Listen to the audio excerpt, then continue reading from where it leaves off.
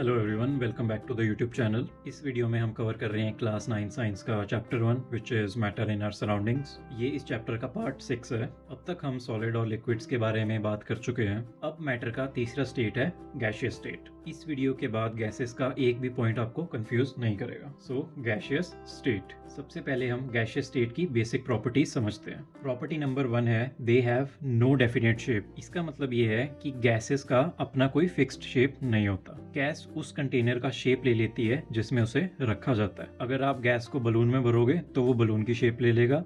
अगर आप उसको सिलेंडर में रखोगे तो सिलेंडर की शेप ले लेगा। सो सिंपल वर्ड्स में गैसेस का शेप उसका कंटेनर डिसाइड करता है जिसमें उसे रखा जाता है। Then next property is they have no fixed volume. मतलब गैसेस का वॉल्यूम भी फिक्स नहीं होता। गैसेस को जितनी स्पेस मिलेगी गैस उतनी ही स्प्रेड हो जाएगी। मतलब गैस पूरे रूम में फैल जाती है, उसे एक जगह बंद करके रखा नहीं जा सकता। Then next property is they have no distinct boundaries. Distinct boundary का मतलब क्लियर बाउंड्री। गैस की कोई क्लियर बाउंड्री नहीं होती। जैसे आप हवा को देख नहीं सकते कि यहाँ से एयर शुरू हो रही है और वहाँ पे खत्म हो रही है। वो हमेशा साइलेंटली मूव करती रहती है और पूरे स्पेस में फैल जाती है। तो सिंपली गैसेस के पास ना फिक्स्ड शेप होती है, ना वॉल्यूम होती है, ना बाउंड्री होती है। और ये तीन चीजें गैसेस को सॉलिड और लिक्विड से बिल्कुल अलग बना देती है। Then next property is very high compressibility and no rigidity. Compressibility का मतलब दबाने पर वॉल्यूम कम हो जाना या वॉल्यूम कम होने की क्षमता।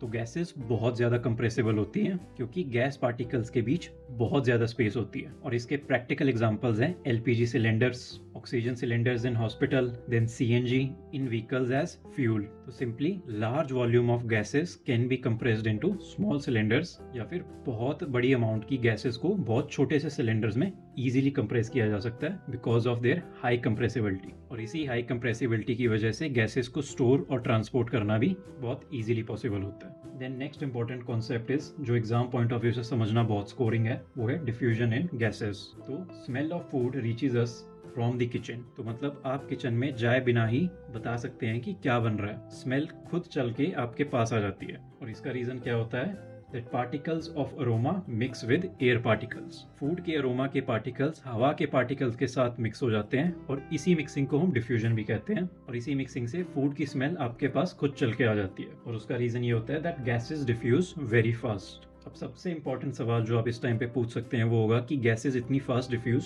क्यों होती हैं। तो इसके सिंपल से दो रीजंस होते हैं। फर्स्ट रीजन इज गैस के पार्टिकल्स की स्पीड बहुत ज्यादा होती है एंड पार्टिकल्स के बीच स्पेस भी बहुत ज्यादा होता है और इसीलिए किचन से सब्जी की स्मेल सेकेंड्स में पूरे घर में फैल जाती है। Then next important topic is motion of gas particles. So gas particles move randomly at high speed. इसका मतलब है रैंडम का मतलब होता है बिना किसी डायरेक्शन के।